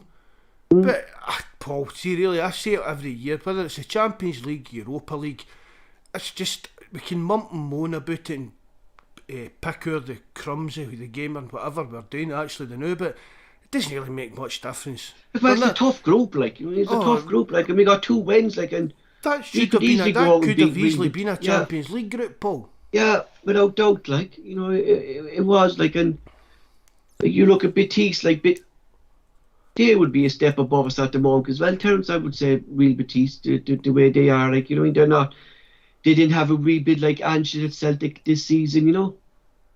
Oh, yeah, but it's like we've said here, Paul, tonight on numerous occasions. These games are massive step ups. We don't play this quality. We don't play this quality week in, week out. And I don't mean to be disrespectful to any other teams, but like, there's people and they're giving out. But that's always been Celtic's downfall in Europe, Terence, hasn't it? And people have been saying it for years that, you know, it's we don't have to go from a Ross County or a St. Johnston to then playing a Bayer Leverkusen or a Real Batiste, or, you know, teams of that quality. Like, that's a team that's, I think, what are they, 3rd or 4th or something like that in the Bundesliga. There's probably Bayern Munich and Borussia Dortmund ahead of them. Like, not exactly, you know, bad sides. So, I mean, Celtic have to take the positives out of tonight. Yeah, without doubt. Fantastic performance. Go back, rest, recover, and get ready for Aberdeen, and then drive on again. That's all they can do. You think, Mark, like what Terence was saying there, like it's a big step up from playing the likes of Ross County or thing like then going into Leverkusen. But how far we've become, like, we gave Leverkusen a game tonight, like, you know, like, considering they trashed us. Paul, that's what I said earlier, man. Wiped us off the park, Mark, in the first game. You know? Just look at the bigger picture and how far we've came over the last few months. No, like, I think that's what people need to start looking within this squad. Like, I mean, he's only in the door, Mark, 5 months. Let's be totally honest, Paul. Anybody that honestly expected us to go over there tonight and get any kind of result was clutching at straws. I'll be honest with you, Mark, I was expecting a trashing again. You know, I was expecting the kind of same, Paul, but as I said to you earlier, I'd have been delighted with a draw. But the performance, right, the result didn't go our way, but there was a lot of the performance that we can take a lot of positives for. So let's not kind of focus on the negatives. Look at the bigger picture. We're playing a team sitting fourth in the Bundesliga. Yeah. And we get beat 3-2. And probably probably finish second or third, you know what I mean? But Bayern Leverkusen, you know, but we shot ourselves in the foot after getting a few lucky breaks, the stuff with Hart saves, and they hit the post twice. I just can't get over his performance back tonight, Joe Hart. Like, everyone was saying, B Summers man the match. I think Joe Hart for me, Mark, was just. But our performance tonight would have blew anybody in Scotland away. Yeah. And you know, for the length of time that Angie's been here and the changes going on at the club, we get beat, but we put up a good showing for ourselves, and see even neutrals across the world that were tuned in watching that, they'd be quite impressed with what Celtic done the other night. We didn't let ourselves down. Well, we let ourselves down the mistake. We let ourselves down that we threw away the actual win, but the performance-wise, well, I don't think we can really moan about it, to be honest, Paul. Two things that I need to ask the two of you, and two things we need to get done as soon as possible, and the board need to get on it, is Cameron Vickers and Jota. You know, what a difference two of them, for different reasons, have done in this first team.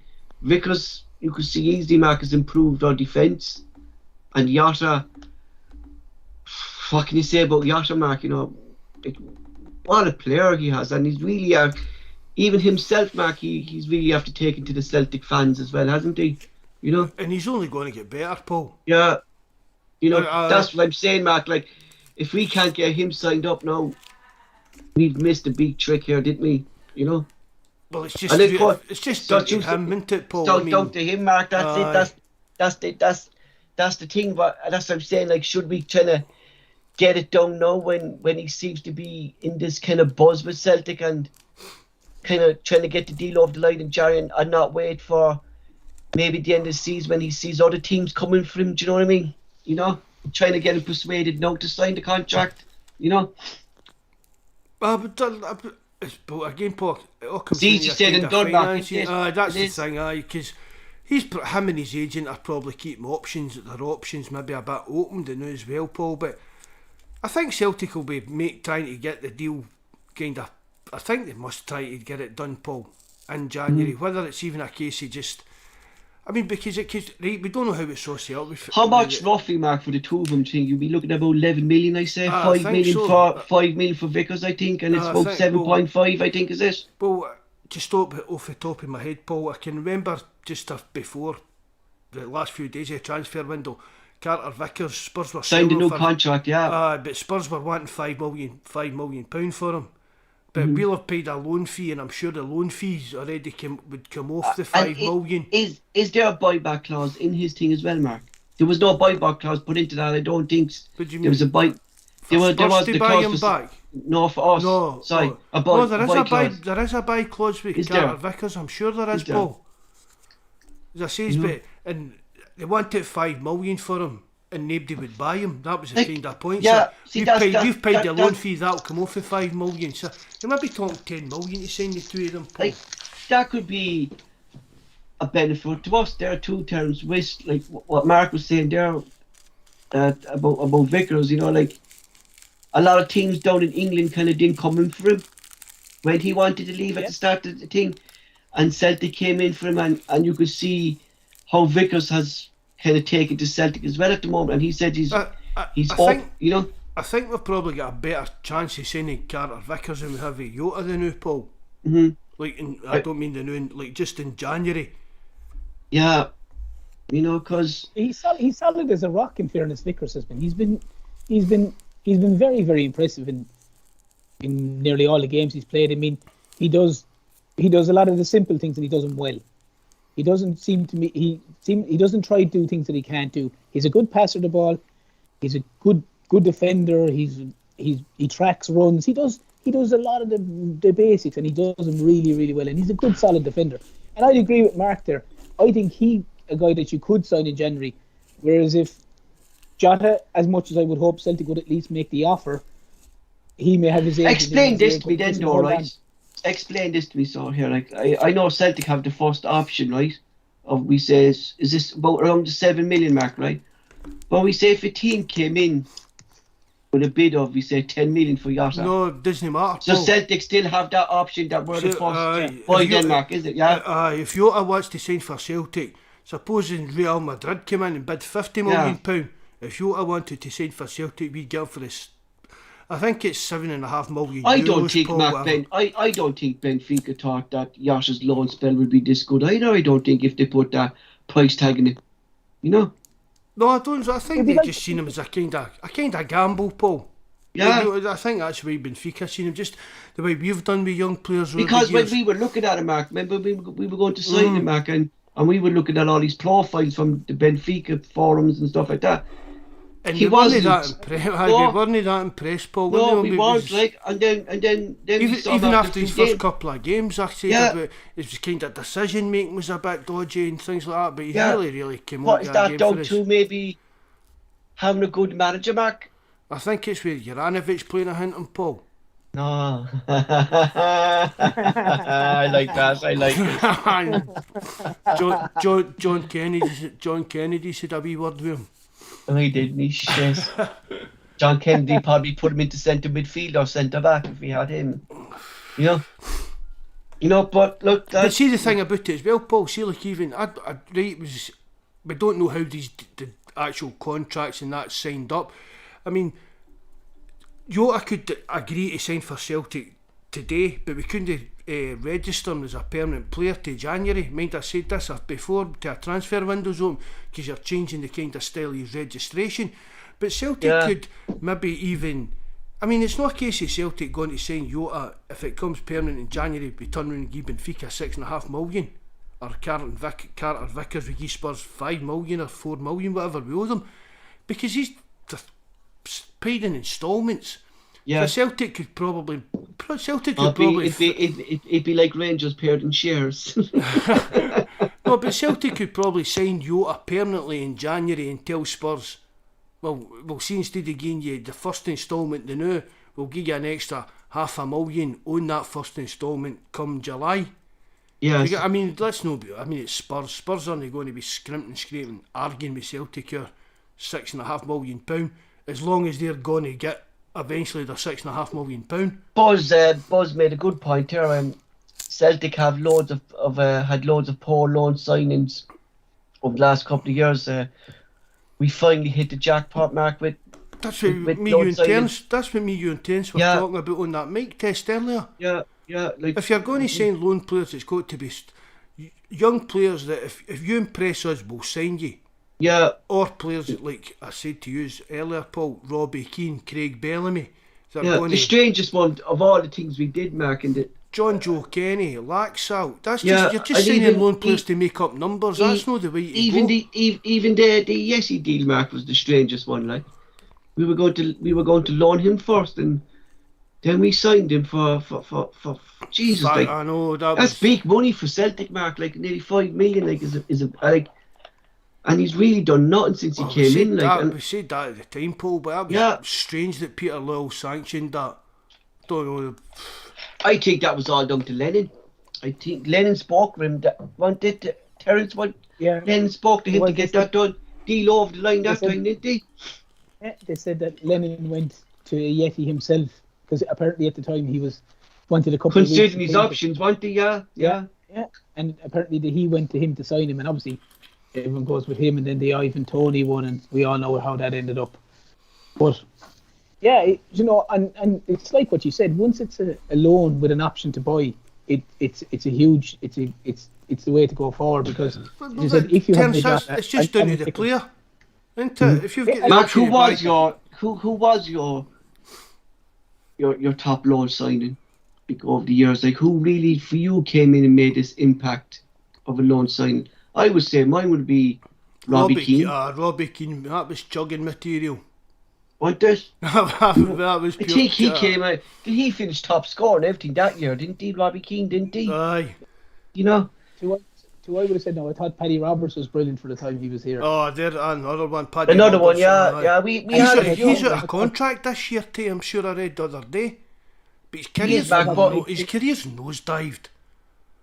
You know, Bellamy was brilliant as well. Craig Bellamy when he came in. like people always say that, Mark. Like, oh, Patrick Rod, I'd bring him back and happy. Would ya? No. Do you think he's don't not the think player so. that we had him? Because I think he's after. Like, But see, he's I another mean, player, Mark, who took how long did he spend here, Paul? 2.5 years? 2.5 years, Mark, I mean, and see, really, when you think about it, right, it was only a loan signing, but he's he gave went it, backwards. but he gave that guy, we might as well have signed him full time. Because see, if we'd signed him full time, we would have just sold him on in that two, you get what I mean? Exactly. 2 year to Exactly. 3 year. So, I mean, I thought Paddy Roberts was a great player. And although it was only a loan, it was really like a permanent transfer, apart from we didn't get a transfer fee for him.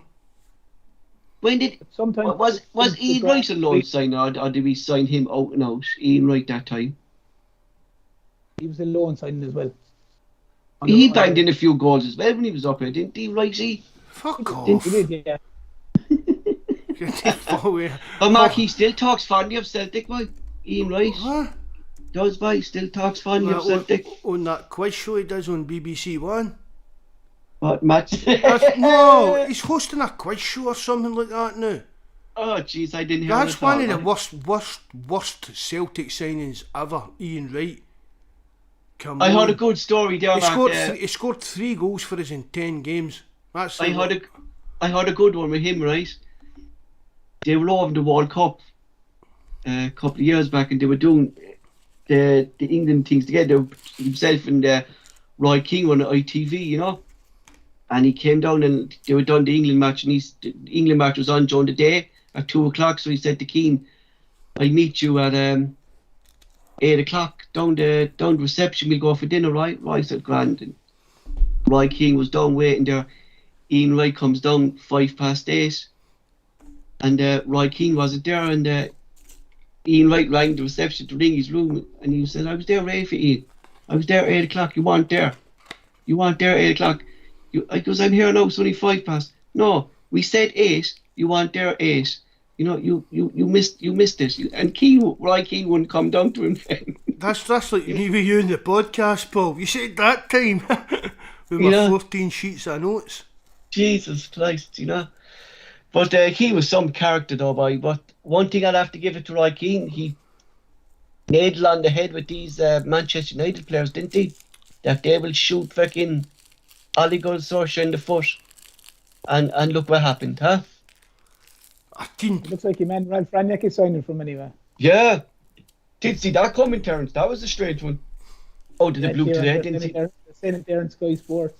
And he's going to be kind of stepping up. I say he'd be a director of football, Mark. I say, but he. I said that to you Head- earlier on head- the head- text, head- Paul.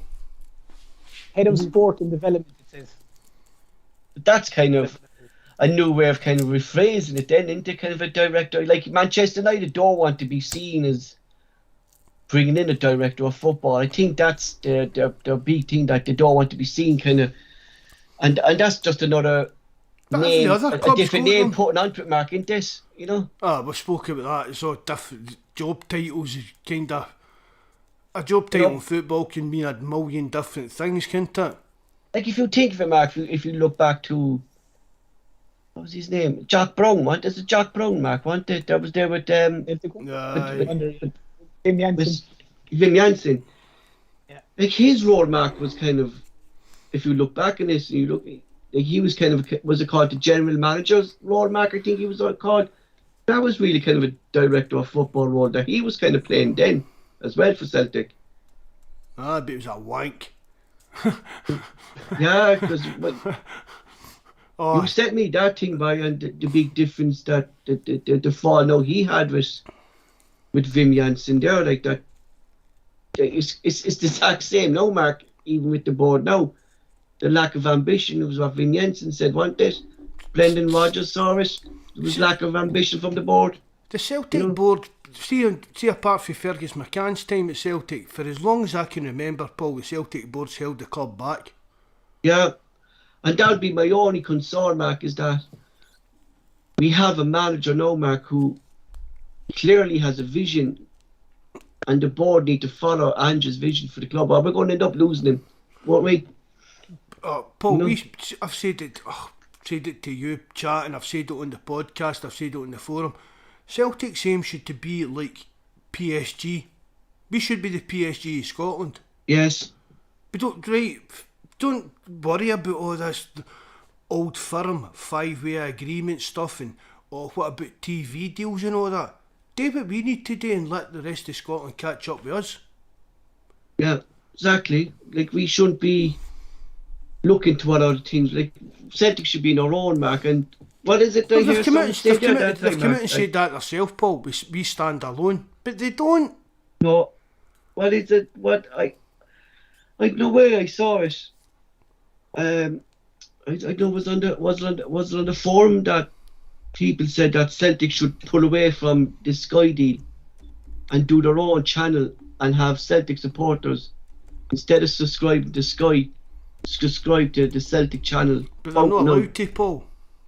And Denmark. No, there's rules about. Part of the SBL agreement, Denmark, for TV rights. Then it's just across. It's just I think it's a UK wide thing, Paul.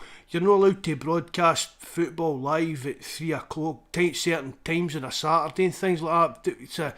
That's how, see, like Celtic TV, you can watch games abroad and things like that, and you can't watch them in Scotland because they're broadcast between certain times and that. But that was part of that Super League breakaway thing, Paul. That was what all these big teams wanted. Because they want left shoulder or 3pm, like, because they're contracted to these TV rights, what they're... Yeah. Man United and Liverpool and that, they wanted the money coming to them instead of going to Sky or whoever else is broadcasting it. That was a big part of that Super League stuff. It was like having the rights to stream your own games all over the world. Which Celtic would make serious money off it, but can you imagine the money Man United, Real Madrid? Exactly. That was a big part of it. We're trying to push UEFA out the kind of equation so that all the money was coming through the clubs to divvy out to whoever rather than go to UEFA to divvy out. Instead of paying a cut then to like UEFA then and things like that. So because I didn't think of it that way. I didn't know that, no, Mark. To be honest, that was just all the big clubs want to grab a bigger share of the pie. I knew they couldn't show the matches at 3 p.m. because of the TV deals. I knew that, but I didn't know that about UEFA. Like that was one of the main reasons why they wanted to put out, was getting all the money to the team. Like the day you have there now, like tonight, right? You had a supposedly big team in Europe, Spurs, getting beaten tonight in the Conference League. And they were one of these breakaway teams that's supposedly a big European club. You know, Celtic would have a bigger following than Spurs, Mark, across the whole world.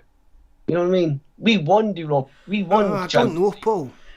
Honestly, but see with this, I mean, it's like you go to the world and you'll meet Celtic fans. How many how was Spurs be classified how many as a big team in Europe, Mark? No, but how many SPFL fans would you meet? See, you go to the world and there's these fans and they don't actually really support a team. They support the English League.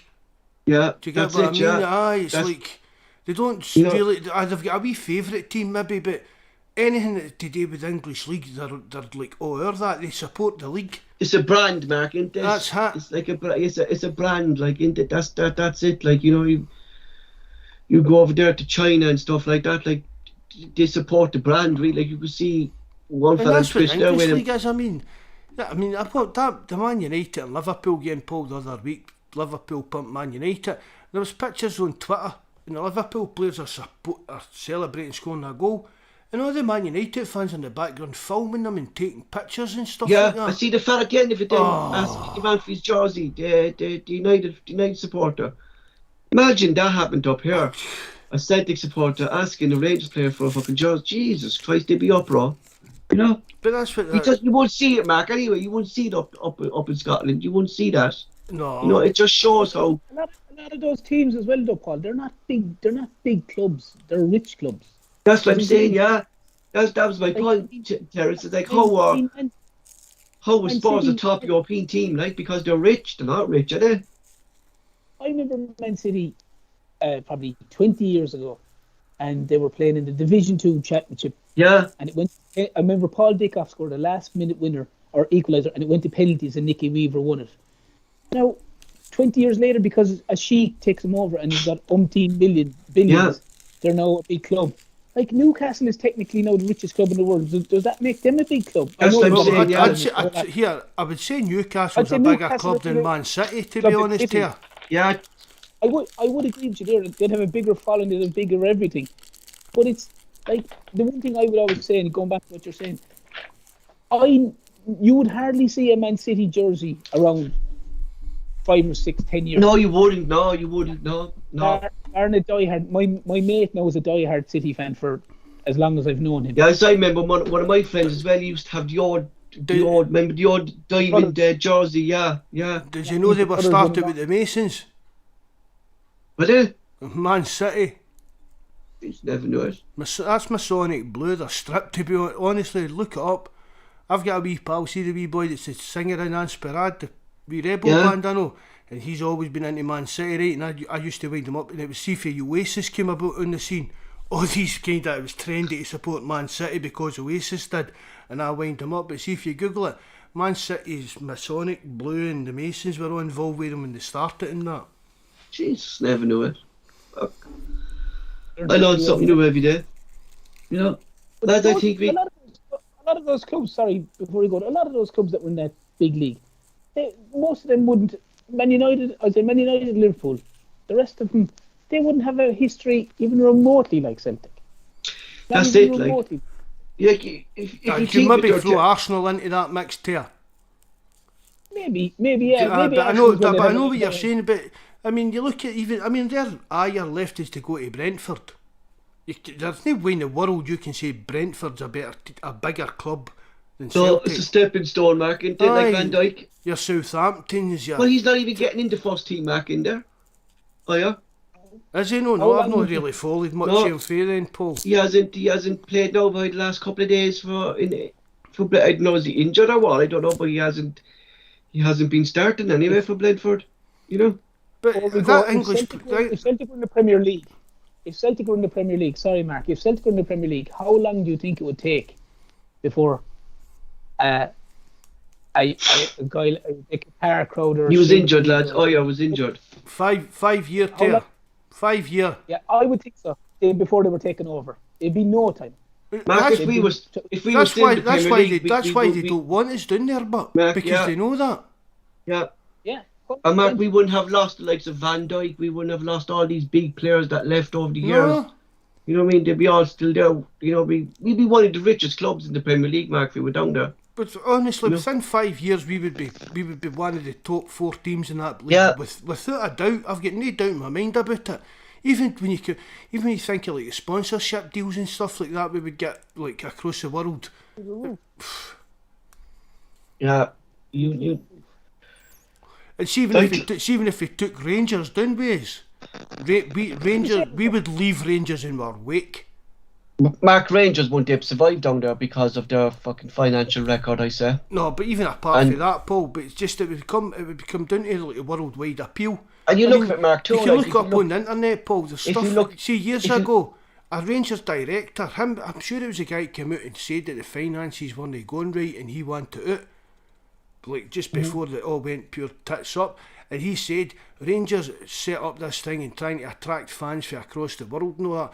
And it was like, to get like 10,000 replies, and it was all like people just adding folk that they knew. They weren't actual Rangers fans, they were just adding folk that they knew. And this Rangers director came, Hugh Adams I think it was his name was, and he said, we've not got any worldwide support. He said Celtic, anybody that's got a bit of Irish blood in them has got an affection to Celtic and are willing to back that. Rangers don't have that. No. See, if we moved into England, we're Rangers, we would be up there with the Man Uniteds, etc. Even at that, Mark, and they'd be like your kind of mid-table, kind of Aston Villa, kind of Southampton. Even their stadium, Mark, would be outdated down there.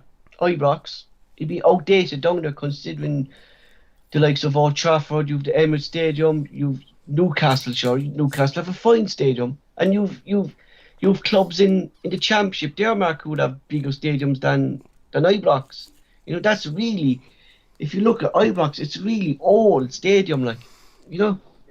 It's well outdated, Paul. Yeah, it is, because I was looking at it there the other day, Twitch there, some fella was driving past it, and I didn't realise how shabby it actually looks from the outside. As you, when you see you see pictures of it, Paul, it's all the pictures are touched up and that, but see when you see it up close, all the brickwork's all cracked and they're steel cladding around it, holding it together and stuff like that. That's what he was doing. He was going, like, everything looks all rosy around the gates and stuff like that, but as he started going around the outside the stadium, Denmark, you could see the fucking place is nearly down to ruins, like. Don't get us wrong, Paul, Celtic Park could do a bit of an upgrade as well. Behind the scenes, I think a wee bit of freshen up. It's gone, that we were talking about that there, or the Terence there and Barry and Sunday, that's going to be kind of put in the back burner at the moment because of COVID, and they're kind of more kind of back in Andrew with finances this year, Mark, anyway, and then next year, you know. Paul, back in Andrew with finances is one thing, man. The food at Celtic Park, I don't know what it's like now, but the last time I was there, the food and that was honking. Jesus Christ. Really? With my stomach anyway there, I'd never get to see a match if I was over there. Oh, we'll feed you. We'll take you to McDonald's before we go in. But and there is. Don't get me wrong, Paul. I've not been to games for years now, but I think there's like a bit more fancier now. But there's still, see when you see it on Twitter and these fan forum things, you know, there's still a lot of people aren't quite happy about with the actual service. Do you get what I mean? Mm-hmm. The standard of the food. I'm sure there are people complaining about like no Wi-Fi reception and stuff like that. Although, what do you need Wi-Fi reception for if you're sitting at football? That's you back to these dafties that would rather sit on their phone taking pictures and filming taking stuff. Taking pictures and watching the match. Yeah. Oh, does man not in that, carry on, Paul? You know, no, jeez, I couldn't, like if I was at Celtic, I'd take pictures kind of before the match or maybe after it, but jeez, I'd be watching the match if I was over in Celtic, you know. Sure, we don't get to go over there that much anyway, Paul. I mean, I know the supporters club. I mean, there's talks, or they're going over the 12th of February, I think it is. So I think it's Dundee. But like, I'd be like you, if you were over there, you'd take a few pictures of the stadium at the start. But I've never been over there, so I can't comment, Terence. I've never been. Well, I'm telling you, I've been to an Old Firm, Paul. I've never seen anything like it in my life. Never seen anything like it. I think I'll go to a quieter match first. I think I would like to see. I've been to a couple of games now, a good few games now, to be fair. But we're due to go over the 12th of February. I think it's Dundee at home. I think it's Dundee they're playing at home anyway. Yeah, we'll do what we did with Welchie. We'll bring you live in the podcast. Huh? We'll get you hooked up with Welchie, Terence. Yeah. Oh yeah, that'd be good. And then where's the local hospital? It's just along the road. No, Welchie goes to the Celtic Supporters Association club, just along for the Grun. Yeah, because we'd go to the Squirrel with that poor. Mark, is he part of the big skin? Mark, is he part of the Comchi Edmund crowd? Is he Welchie? Does he travel up with them? Hold on, the new Paul. Just Terence went to the Squirrel. Oh, that's where we go. We'd go to the Squirrel most of the times we're over there. We bring a band with us as well, you see. The Celtic Ramblers come with us, and they play in the Squirrel then when we're there for the 2 days. Right, so that's what big skin that just died last week, isn't it? That's the Squirrel. Yeah, it is. That's his place. Yeah, that was his place. Yeah, it was very, very sad to hear. Well, that's where we normally go. Can you Welshie Terence? Was that the baldy fella, Mark, there that was all over Twitter, was it? Aye, Paul, aye, big lad, aye. Yeah. But honestly, we'll get you set up with Welshie and that when you're coming out for the game, Terence, no bother. Yeah, I texted him on the cell because we've gone to there and we've gone to the toll booth and we've gone to a few other places where the lads kind of just it was about 40 of us went over the last time with the band. So yeah, it mightn't be as many now this time with the COVID and the There whole you lot. go, Paul. Normally- Get your flute looked out, Paul, and come here with Terence. Yeah, why not? Yeah, you're more than welcome. We always do the same. I do the same thing. I always book into juries with my brother-in-law. My brother-in-law is a massive Celtic fan as well. He's actually involved in the committee, and we go over, load of us go over, book into juries, and then go around obviously to a few places. And obviously we used to go into Baird's when it was open. That was a shame that obviously got closed. But yeah, I normally spend a lot of time in the Scourge, to be fair, when we were there. Nice pub. Get you set up in Hamilton, a pub in Hamilton. Mark, is Welchie a part of the Coventry Emerald crowd, is he? Does he travel up with them, does he? I'm sure it is, Paul, aye. I'm Yeah, sure that's who it is. I think that's because I saw him there kind of he always kind of comments on their things on Twitter when they travel up, he always says, lads, have a good day. So I was wondering, was that the crowd? Jesus Christ, imagine being on that bus driving up there. Huh? That lad on YouTube that I was talking to, Paul, mind I sent you the video thing about him. Yeah. I'm going to get hit. He's been up for a few Celtic games now over the last few weeks, and I've said to him, we'll get you up and I'll get you in with the Green Brigade and that'll help us get a bit famous on YouTube.